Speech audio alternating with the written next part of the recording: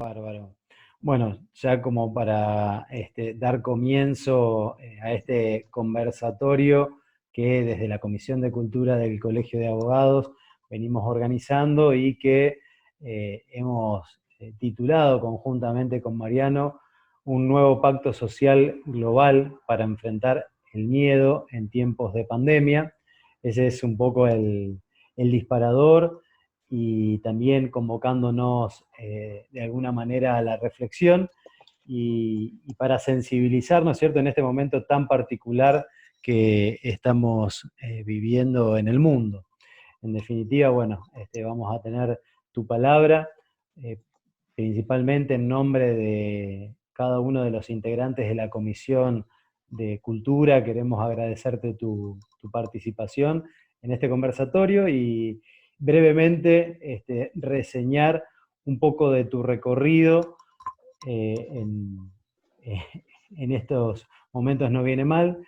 Para quienes no conocen, Mariano Schutter es periodista, es editor en la revista Nueva Sociedad de la Fundación Friedrich Ebert, en el periódico socialista La Vanguardia y en Panamá Revista.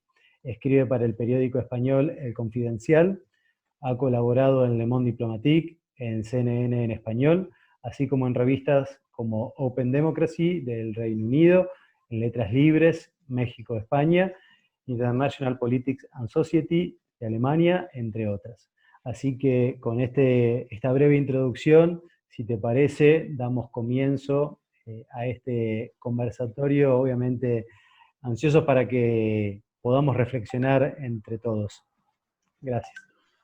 Bueno, gracias Javier, gracias por la invitación.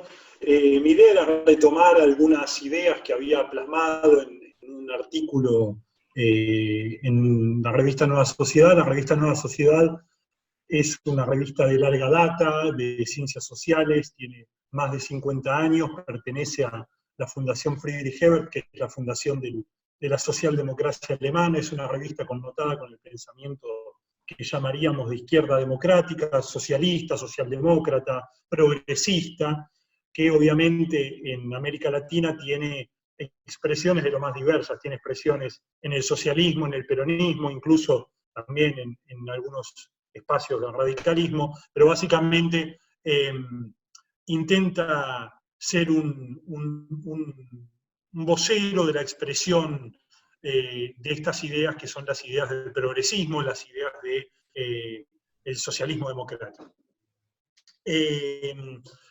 Les agradezco en principio la invitación a todos y la participación. Sé que el periodismo internacional en Argentina no es lo más usual, de hecho ahora estamos recibiendo un bombardeo de noticias internacionales y quizás esto nos haga percibir la importancia de comprender el mundo en el que vivimos y las relaciones de poder y las situaciones que se producen en ese mundo, algo que no siempre en Argentina se produce, es decir, tendemos a observar más los medios nacionales, las noticias locales, dependiendo de dónde viva cada uno, pero creo que en líneas generales, por supuesto no hablo de todos, tendemos a mirar poco la situación, el contexto político internacional y a analizar el lugar de Argentina en relación a factores de ese tipo. Yo voy a hacer una breve introducción, voy a intentar ser lo más breve posible. A mí me parece que el tema del coronavirus, y por ahí es por donde yo lo enfoco, quizás después ustedes puedan plantear cuáles son las ideas que tienen o las inquietudes que tienen, y veremos si yo tengo algo para decir. El tema del coronavirus, la crisis mundial que provoca el coronavirus, implica cambios y reestructuraciones en el orden mundial.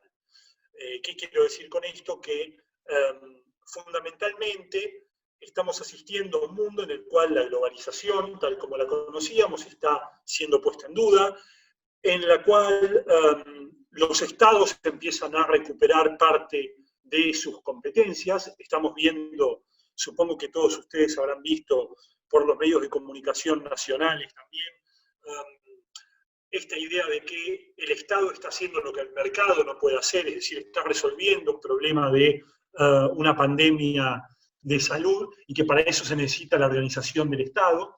Luego de años de bastardeo del rol del Estado Nacional, sobre todo por parte de las políticas neoconservadoras y o neoliberales. En definitiva, yo creo que hay varios factores que confluyen en esta crisis del coronavirus. Dos serían estos. Uno, que podría haber cambios en el orden mundial luego de la pandemia, y el segundo es que al Estado se le asignará seguramente un nuevo rol. La pregunta que yo me hago es cuál es ese nuevo rol.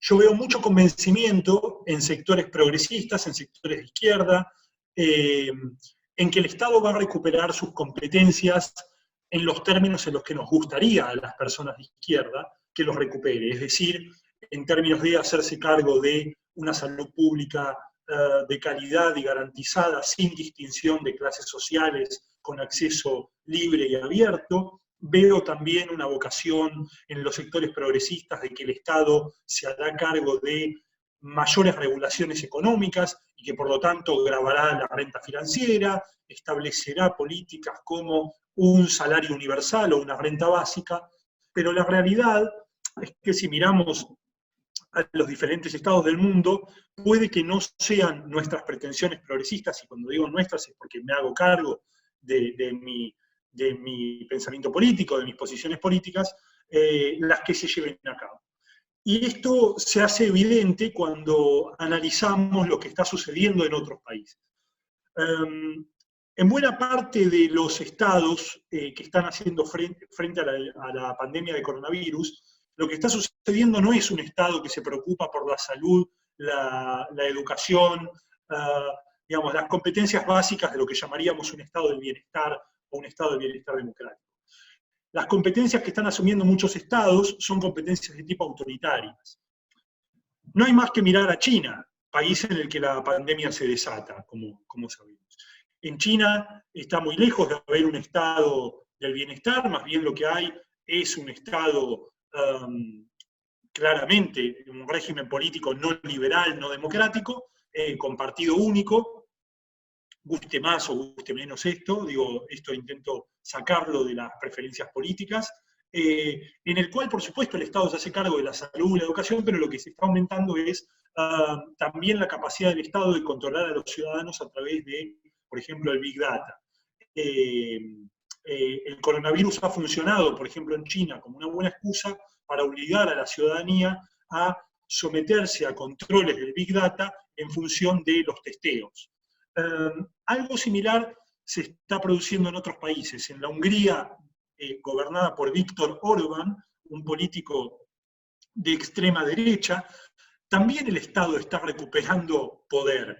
¿Pero cuál es el poder que está recuperando el Estado? En Hungría se declaró un toque de queda permanente sin fecha límite, y por lo tanto el poder que está utilizando el Estado en la pandemia de coronavirus es para perseguir a la oposición política. Es decir, están utilizando como excusa el coronavirus para evitar cualquier tipo, obviamente, de reunión en términos de cuestiones de salud, para enfrentar la pandemia, pero además lo están utilizando para la concentración de poder.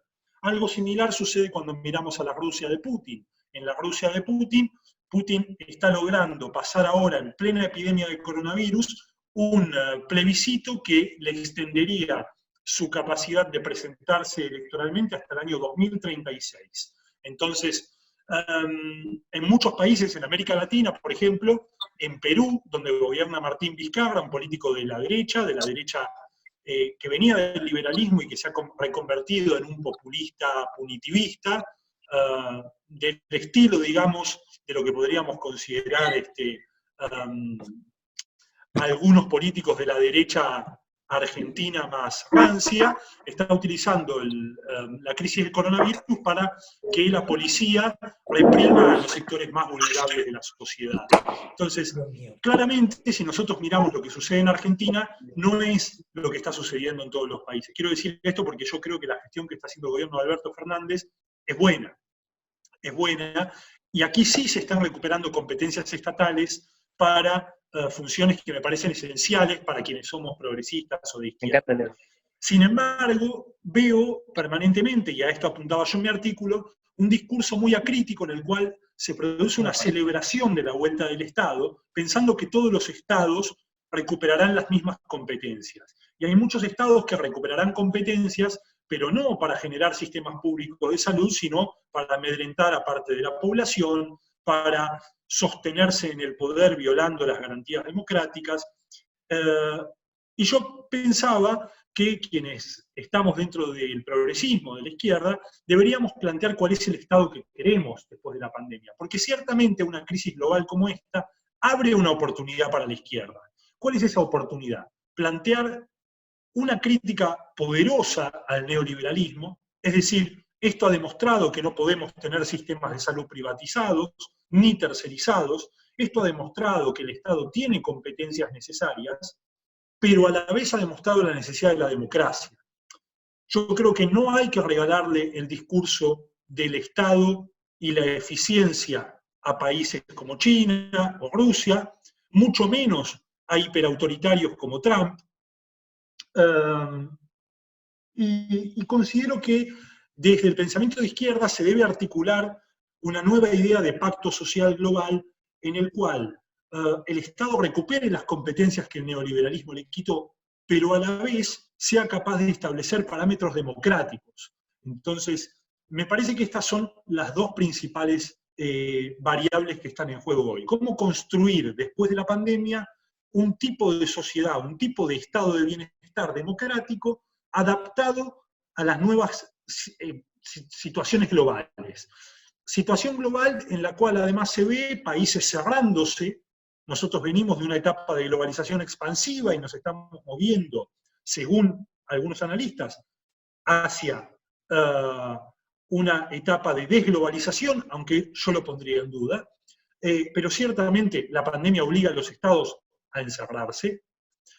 Tenemos que pensar algún tipo de cooperación global diferente. Tenemos que pensar nuevas formas de atender a las necesidades sociales. ¿Por qué? Porque la pandemia demostró también otra situación, que en las sociedades en las que se pidió cuarentena obligatoria, hay quienes pueden hacer cuarentena y quienes no. Y esto abrió otra ventana de oportunidad. Si hay quienes no pueden hacer cuarentena porque no tienen los medios de subsistencia suficientes, entonces esto abre la puerta a la izquierda para discutir la renta básica universal, un viejo proyecto de sectores progresistas. Es decir, que cada ciudadano reciba una renta por el mero hecho de ser ciudadano, sin contraprestación alguna necesaria. Por supuesto que esto supone muchos problemas y hay que explicarlo, y se establece un fuerte debate con la derecha meritocrática que cree que para recibir uno tiene que ofrecer siempre.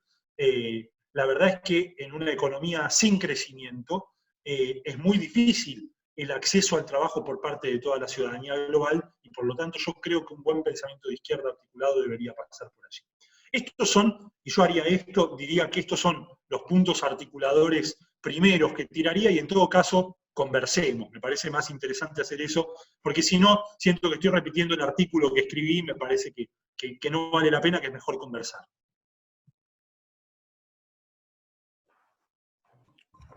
Sí, buenísimo. En realidad, digo, son muchos disparadores y también que nos llevan a plantearnos este nuevo pacto social global al que hace referencia la charla y también el hacia dónde vamos, lo que uno percibe que muchas veces se termina reforzando ese estado de policía que desde el derecho, nosotros justamente o al menos quienes tenemos ideas progresistas ligadas a la socialdemocracia, a la izquierda democrática, nos ponen en tensión en relación a decir, bueno, en realidad para cuidarnos nosotros mismos estamos reforzando ese estado de policía y entramos en una contradicción permanente.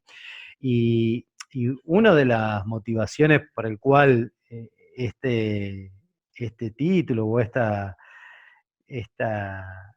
posibilidad de abrir el conversatorio que nos dio, tenía que ver con eso. Digo, ¿cómo construimos estas nuevas relaciones culturales, comunicacionales desde ese lugar? ¿Cómo se dan las nuevas posibilidades de encuentro? Escapándole inclusive a la lógica policíaca de las investigaciones, es decir, usamos Zoom o usamos otra aplicación también, porque digo, todo lo que está recorriendo es que se ponen en alerta estas nuevas formas de persecuciones también, digo, en donde uno también entra con algunos reparos. No, evidentemente en una situación de pandemia como la que estamos viviendo, la necesidad de control ciudadano es importante. ¿Por qué? Porque los estados deben poner a las personas en cuarentena. El problema es que cuando nosotros tenemos un estado democrático que se basa en el imperio de la ley, esa capacidad de control social se ve reducida. En países como China, o en países que están caminando hacia un hiperpresidencialismo y hacia democracias no del todo basadas en el imperio de la ley y en el Estado de Derecho, esto es más complicado, porque el coronavirus puede funcionar y operar de excusa para amedrentar no solo a sectores vulnerables, sino también a opositores políticos. Esto se vio claramente en Israel. El gobierno de Benjamín Netanyahu en Israel logró extender su periodo de gobierno durante 18 meses gracias a la pandemia del coronavirus. Hizo un pacto con la oposición política que podía llegar a gobernar sin necesidad de él, cerró el Parlamento, hizo un acuerdo entre bambalinas y aumentó su poder. Entonces, tenemos que tener en cuenta que no todo control social en etapa de coronavirus va a querer ser por algunos estados solo para la etapa de coronavirus. Digo, lo que sucede, yo sé que aquí parece algo lejano, pero países como Hungría y Polonia son países muy complejos hoy para la democracia y para Occidente. Las posiciones que está tomando la extrema derecha europea son complicadísimas. Marine Le Pen pidió el cierre de la frontera con Italia, lo que supone el fin del espacio Schengen durante la pandemia, es decir, el espacio de libertad abierto por la Unión Europea, de tránsito de un país a otro. Si eso continuara en el tiempo, sería la muerte de la Unión Europea. El líder de la extrema derecha italiana, Matteo Salvini, culpó a los inmigrantes del coronavirus y está planteando que si él gobernase, la primera medida que haría para aislar a la población sería aislar a los inmigrantes. Cosa que en Grecia, cuna de la democracia, como ustedes son abogados y saben mucho más que yo de Grecia, en Grecia se establecieron dos campos de trabajo, de refugiados, donde envían ahora a las personas inmigrantes, a los migrantes, sobre todo a los migrantes africanos, culpándolos del coronavirus. Entonces se confina a la población migrante proveniente de África en las islas de Lesbos y Chios. Entonces, veamos que no todos los estados están utilizando la cuarentena pensando en que vamos a construir un sistema de salud. Hay otros que lo están pensando en levantamos fronteras para impedir que lleguen los inmigrantes, hay otros que están pensando en cómo deshacerse de la oposición política. Digo, las pandemias tienen esto, y tienen esto históricamente.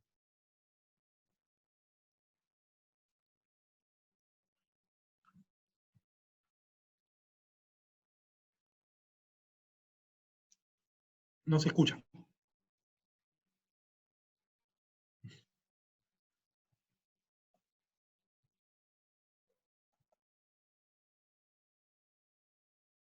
Sí, ¿puedo preguntar?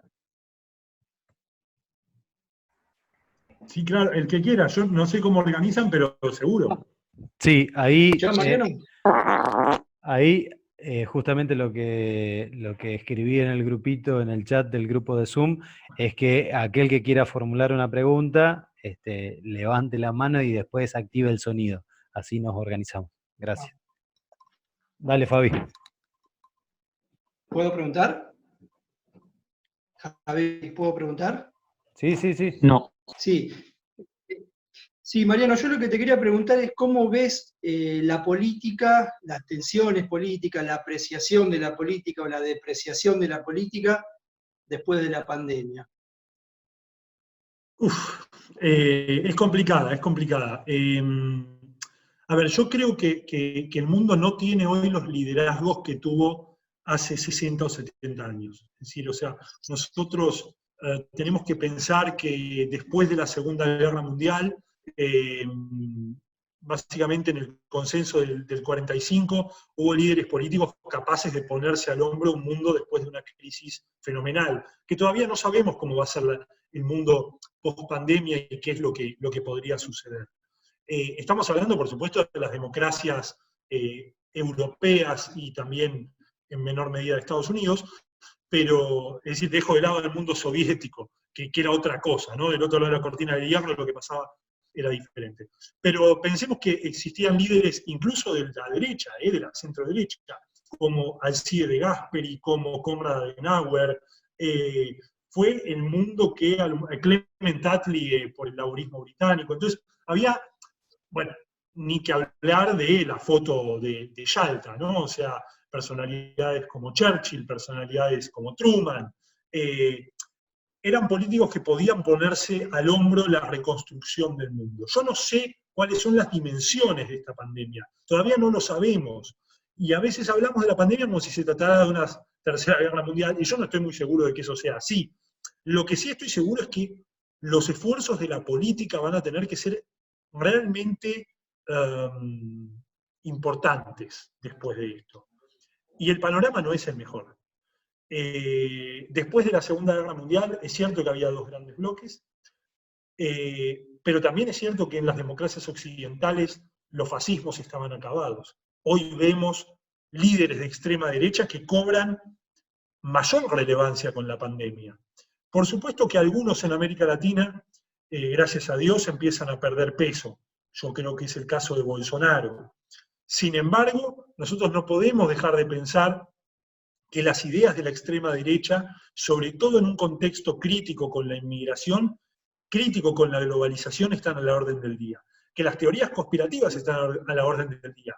Y que en un mundo que la extrema derecha es la primera en decir China es la culpable, es decir, es la primera en acusar a los chinos, en acusar a la globalización económica, en acusar a la apertura de fronteras. ¿Qué es lo que quieren ellos? Ellos quieren cerrar las fronteras, volver a un mundo cerrado. Entonces, ¿cómo vamos a evitar pandemias? Desglobalizando, cerrando nuestras fronteras.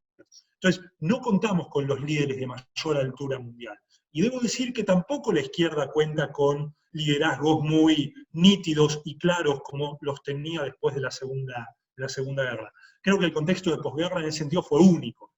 A mí me gustó ciertamente, para destacar el papel de un país del sur, el papel que tuvo Alberto Fernández en el G20, porque demostró, digo, esto va más allá, yo soy un socialdemócrata, digo, esto va más allá de las adscripciones políticas que tenga cada uno. Demostró que puede hacer planteos racionales en este mundo, el tercer mundo. Yo creo que es un momento muy difícil para la política racional. Cuando Alberto Fernández planteó la idea de un plan Marshall, y consiguientemente de una suerte de informe Beveridge, que fue el informe que se presentó en Reino Unido para construir el sistema público de salud, me parece que está hablando de una visión global mucho más interesante que la de dirigentes del primer mundo. Pensemos que tenemos un mundo en el cual los dos principales dirigentes son Xi Jinping y Trump. Esto es la gente en la que estamos en las manos. Entonces, creo que no contamos con una suerte de política racional como la que hubo luego de la Segunda Guerra. No sé si más o menos contesté, Fabián, un poco. Sí, claramente. Buenísimo.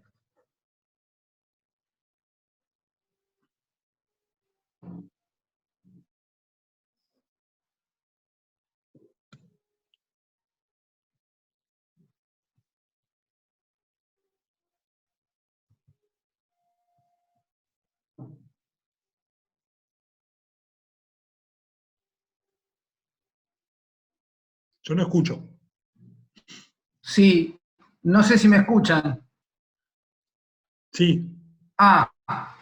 ¿Qué tal, Mariano? Mi nombre es Marcelo y te quería hacer una pregunta respecto a cuál es tu parecer sobre el cumplimiento que ha tenido la norma en Argentina, digamos, en nuestro país, y si la misma, según lo que vos pensás, se debe a que crecimos un poco como sociedad y estamos cumpliendo la norma por convicción, o si realmente el cumplimiento se debe más un poco al miedo a esta especie de persecución o pseudo represión ante los incumplimientos, ¿no?, a la cuarentena.